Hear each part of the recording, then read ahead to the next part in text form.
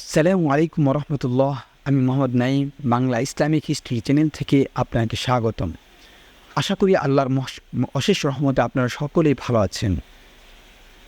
আজকে আলোচনার বিষয় অত্যন্ত গুরুত্বপূর্ণ বিষয় নিয়ে আজকে আলোচনা করব, যা আমাদের ঈমান এবং আখলাকের সাথে ওতপ্রোতভাবে জড়িত। জাহান্নামের শাস্তি এবং আমাদের দৃষ্টিভঙ্গি। প্রথমে আমরা জাহান্নামের শাস্তি সম্পর্কে কথা বলবো। পবিত্র কুরআন এবং হাদিসে যা বর্ণিত হয়েছে, অনেক মুসলমান আছেন যারা বলেন, আমি চিরতরে জাহান্নামে যেতে চাই না, কিন্তু কিছু হারাম কাজ করে ফেললেও কয়েকদিনের শাস্তি সহ্য করতে পারবো। এই দৃষ্টিভঙ্গি অত্যন্ত ভুল এবং বিপজ্জনক।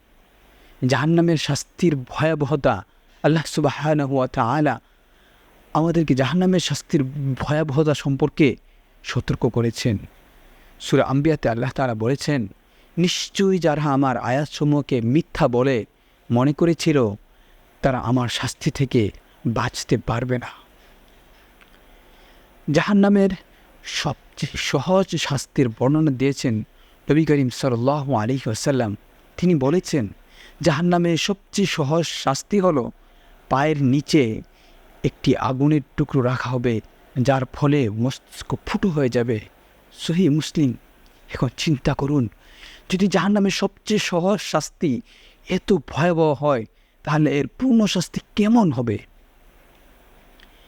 আমাদের জীবনের প্রতিটি কাজের মধ্যে আল্লাহর সন্তুষ্টি অর্জনের চেষ্টা করা উচিত। আল্লাহ তাআলা বলেছেন, হে মুমিনগণ, তোমরা আল্লাহকে ভয় করো এবং সত্যিকার অর্থে তাকওয়া অবলম্বন করো। সূরা আলী ইমরান। সত্যিকার তাকওয়া হলো আল্লাহর আদেশ মানা এবং তার নিষিদ্ধ কাজগুলো থেকে বিরত থাকা। যারা সত্যিকার তাকওয়া অবলম্বন করে, তারা জান্নাতের সুসংবাদ পাবে। আল্লাহ তাআলা বলেছেন, নিশ্চয়ই যারা আল্লাহকে ভয় করে, তাদের জন্য জান্নাতের সুসংবাদ রয়েছে। সূরা আল মাইদা। হারাম কাজ থেকে দূরে থাকা। আমাদের উচিত সব ধরনের হারাম কাজ থেকে দূরে থাকা। কিছু মুসলমান ভাবেন যে তারা কিছু হারাম কাজ করে ফেললেও কয়েকদিনের শাস্তি তারা সহ্য করতে পারবে, কিন্তু এই ধারণা সম্পূর্ণ ভুল। আমরা জানি না আমাদের কখন মৃত্যু আসবে এবং আমরা কোন অবস্থায় মারা যাব। হারাম কাজের প্রভাব। হারাম কাজগুলো আমাদের জীবনকে ধ্বংস করতে পারে এবং আমাদের ঈমানকে দুর্বল করতে পারে। নবী মুহাম্মদ সাল্লাল্লাহু আলাইহি ওয়াসাল্লাম বলেছেন, যে ব্যক্তি 1 দিরহাম হারাম উপার্জন করে এবং তা গ্রহণ করে, তার 40 দিনের ইবাদত কবুল হবে না। সুনানে তিরমিজি।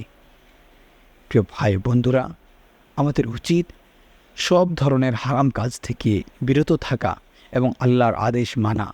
জাহান্নামের শাস্তি অত্যন্ত ভয়াবহ এবং আমরা কোনোভাবেই তা সহ্য করতে পারবো না। তাই আমাদের উচিত সব সময় আল্লাহর সন্তুষ্টি অর্জনের চেষ্টা করা এবং তাকওয়া অবলম্বন করা। আল্লাহ তাআলা আমাদের সবাইকে সঠিক পথে পরিচালিত করুন এবং জান্নাতে প্রবেশ করার তৌফিক দান করুন। আমিন। আসসালামু আলাইকুম ওয়া রাহমাতুল্লাহি ওয়া বারাকাতুহু।